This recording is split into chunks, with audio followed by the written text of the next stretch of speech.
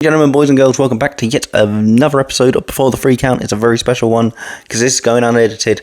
This is our reactions to Money in the Bank. Welcome everyone, welcome to the show. I'm going to get straight into it. What did you guys think of Money in the Bank? I thought it was absolutely awesome. I thought they went all the way this year. It was fantastic. Was so happy with how it all came out in the end. It was just brilliant. Let's get straight into it. So the women's Money in the Bank, we've got Naomi as our new Money in the Bank winner. I'm happy for her. I thought she was my second pick. It wasn't my first pick. I admit it was Alexa Bliss. And the reason why I said, by the way, that I thought that Becky may jump in was purely because we didn't know the order of the matches. If I would have known that it was going to be the first match, I wouldn't have said it. So, yeah. No, she was my second pick. I'm a little bit upset that we really didn't see a lot of Alexa in the match. But just to shout out really quickly, Rhea was on absolute fire. I really thought that there was a lot of chances where she could have won that. But Naomi just outshone everyone there. She was absolutely amazing. The girls really did outshine this year. Lyra Valkyria was amazing.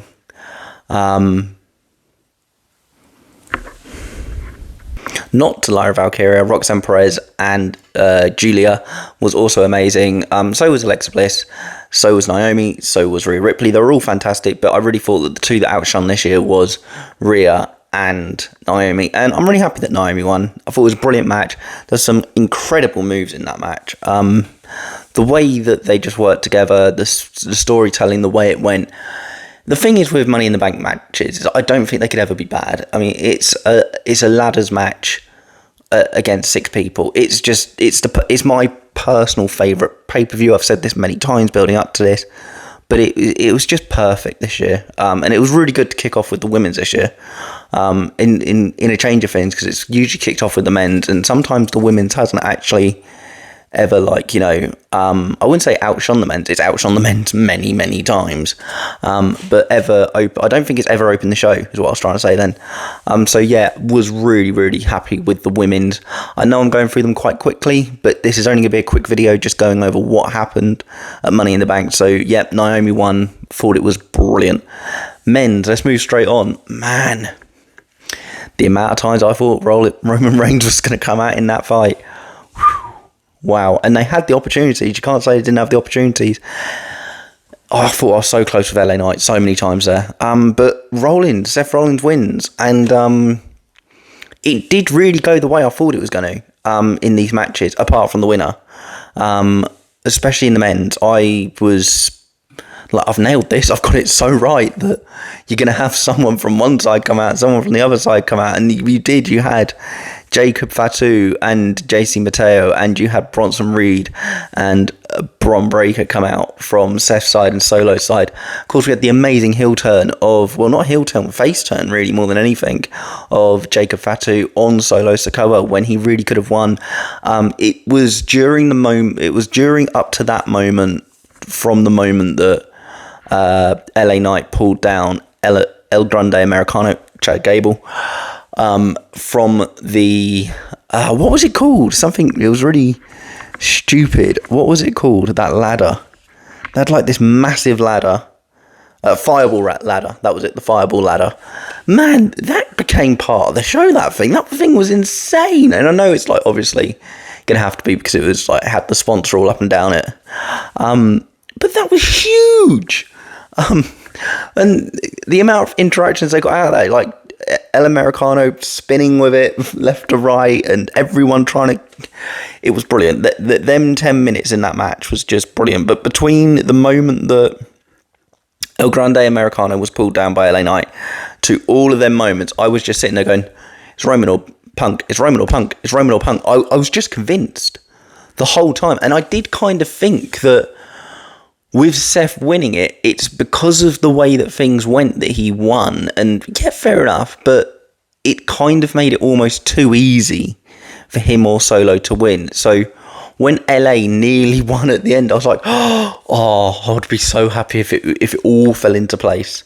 But it didn't, and I'm happy that Rollins won. I am happy.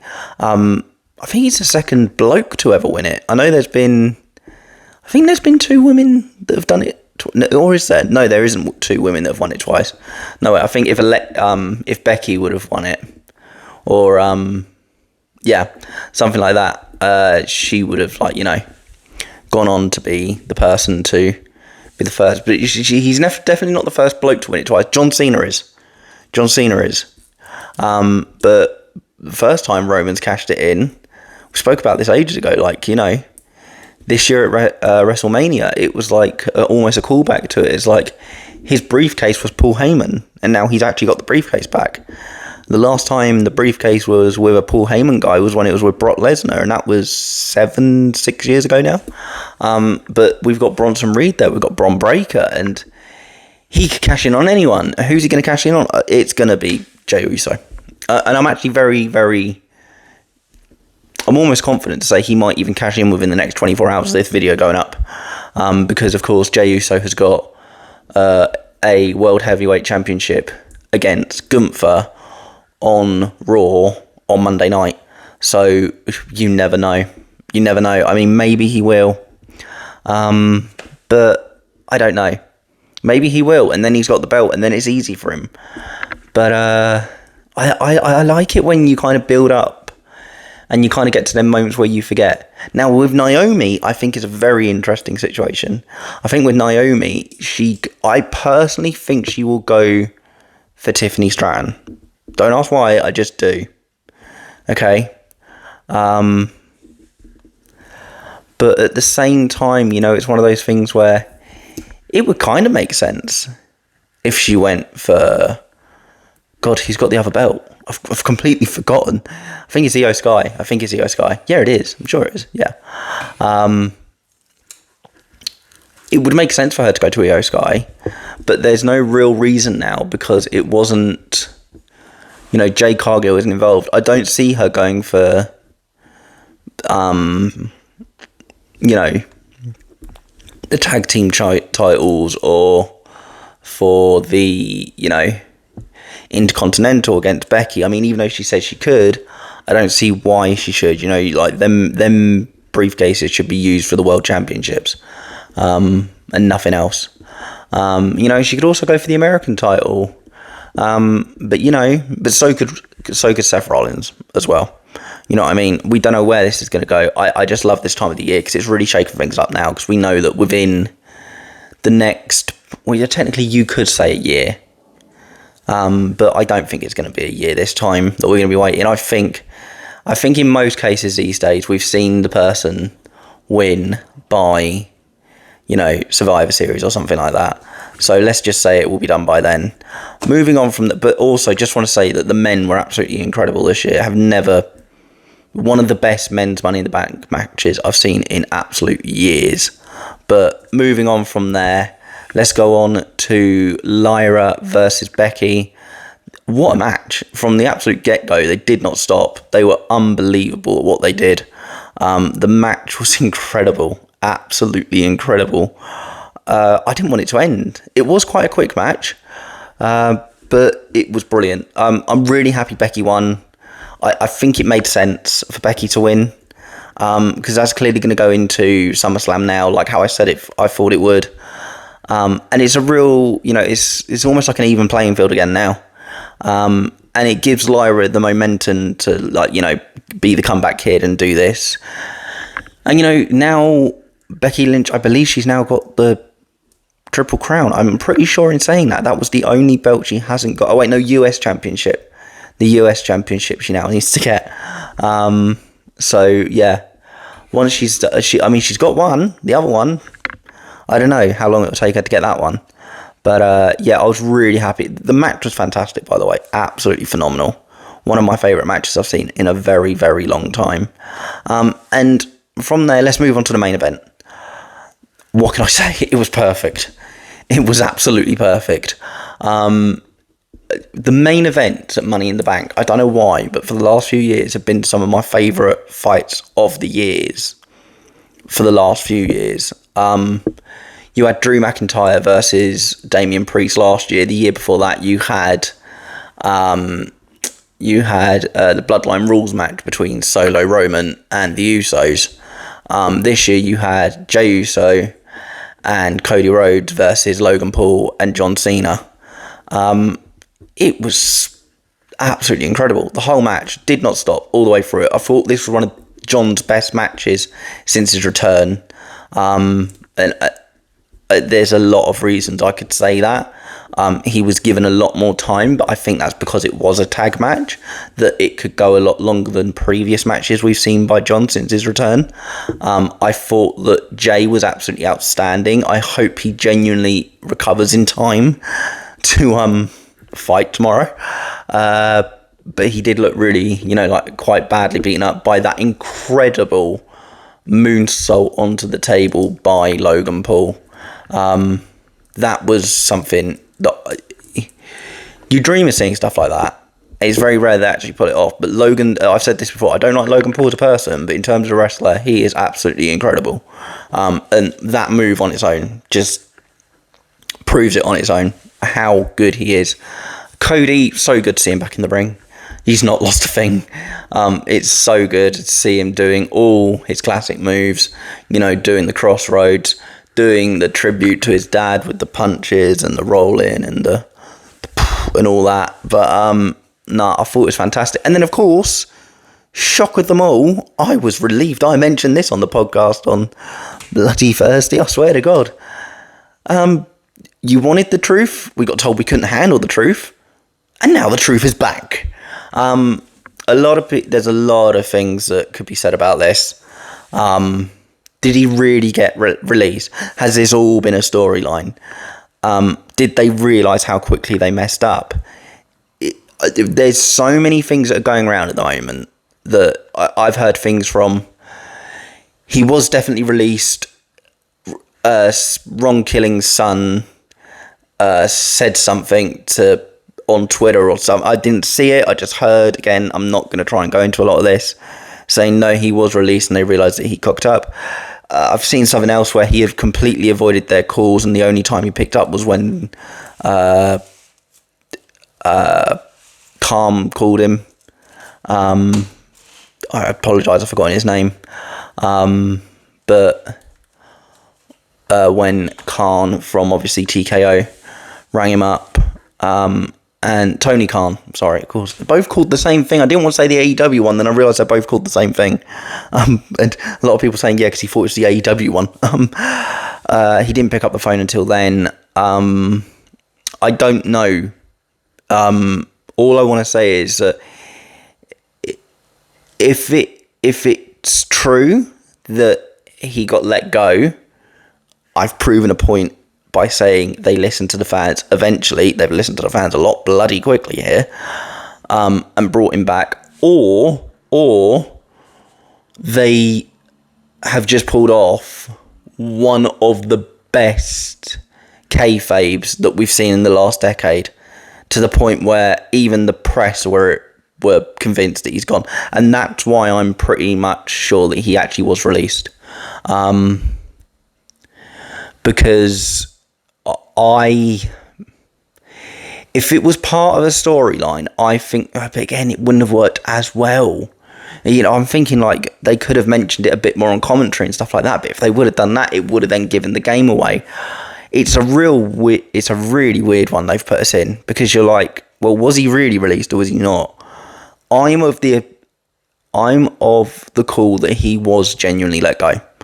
And the reason why is because you had people like, Wrestle Talk and Dave Maltese and stuff like that. Not to say that I believe a lot of what them people say all the time, but when multiple outlets, Fightful Select and all that kind of stuff as well, are reporting stuff. And the other thing I want to point out here, it's not like we wasn't having other people being released that week. We were, and the others haven't come back. Excuse me. So this isn't a situation where we can go, so basically, yeah, that's it. We might as well wait until the next pay-per-view to actually see if any of these releases are true. That's the thing that's really funny about this, and I think that's why I'm of the mind that he genuinely was released, because he didn't say anything apart from that one tweet. The multiple other people being released, and the fact that it was reported by multiple different media outlets within the wrestling, media industry, kind of put it together to me that it was real. Having said that, if this was, if we ever find out this was, part of a story or something like that, and it was all like kept hush, so this is one of the best they've pulled off ever. I don't know what to compare it to. It really was that good. But end of the day, our truth is back. And to be fair, if he wouldn't have released that tweet, would have any of us really noticed that he was gone? Because at the end of the day, it was just a week. Literally just a week. A Sunday to a Sunday. Until he was back. Well, in the UK it was. Right, fair enough. It was the day later. In the States for you guys. But yeah, I was so happy. And then, of course, they went on and won the match. But, yes, right. Let's go back to the briefcase. Because, of course, I made my predictions and I've already said them.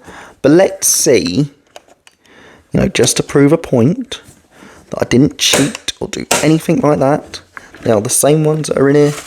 I don't know which one's which, by the way. Here we go. Sounds like a soundscape here. There you go. Right. That goes away for another year. Say goodbye, Money in the Bank briefcase. I am so sad that it's over now. But we've got so many pay-per-views to look forward to, guys. Like, for example, we've got Evolution. We've got Night of Champions, which they start the matches for this Monday on Raw. So, yeah, there you go. So we finished one thing. We're going straight into another with qualifying matches for King and Queen of the Ring, which is in end of this month. And then we've got Evolution in July. Then, of course, we've got 2 nights, first time ever, of Money in the Bank. Just quickly, you can also add that they announced that WrestleMania will be returning to Las Vegas next year on the 18th and the 19th of April. Pre-sale tickets, you can register now. I sadly won't be going, but I was kind of like, well, at least I know what to expect because I was there the year before. But I am gutted that I'm not going. If I would have known it was Vegas again, I would have. But you know what? That's not the point. It's in Vegas. That's the last bit. But let's get on to these predictions. So let's have a look. Which one is this? Okay, yeah, so here you go. If it stays the same 6 women, I did put Alexa Bliss. If it changes or there's an injury or run-in, it's Becky Lynch. So there you go. So close on this one. So close. One day LA is going to get it. It's got to be. It has to have. The reason why I was so convinced, and I realised I didn't even put this in the video, was the reason I was so convinced that he was going to win this was because, 1, it was his 3rd time. 2, it'd been long enough for him to actually, build himself up, actually win it, and it still be great enough. 3, it was in Los Angeles. LA night. Los Angeles. Money in the Bank. It would have made so much sense, but wait another year. But there you go. If the 6 say the same, LA night, if someone runs in or is injured, and I really thought that was going to happen, I've got Roman Reigns OTC, and honestly, I really did think it was. There was 2 times that both of my predictions could have happened there. But, that's it for now, guys. What did you think? What did you think of Money in the Bank? Did you enjoy it? Of course, we're going to be back with you guys by probably Wednesday with our Raw recap. And then, of course, next week we will come back with another spotlight on SmackDown. And we start the road again to King and Queen of the Ring. And we just keep on going, guys. This has been so much fun building up to Money in the Bank. It's honestly been fantastic. Oh, really quickly, and I know that I'm doing this all off cut, and I can't believe I've actually not made any mistakes apart from one yet. But did you tune in? Did you watch Worlds Collide? What did you think? Is everyone now in love with Mr. Iguana? I mean, come on, how good was it? That main event, oh my god. It was so good. Fair play to everyone on every side of that. That was perfect timing for the UK, by the way. That kicked off in the UK at 8 o'clock at night. It finished at 10:30. So that was lovely. That was to have a pay-per-view that finished on time.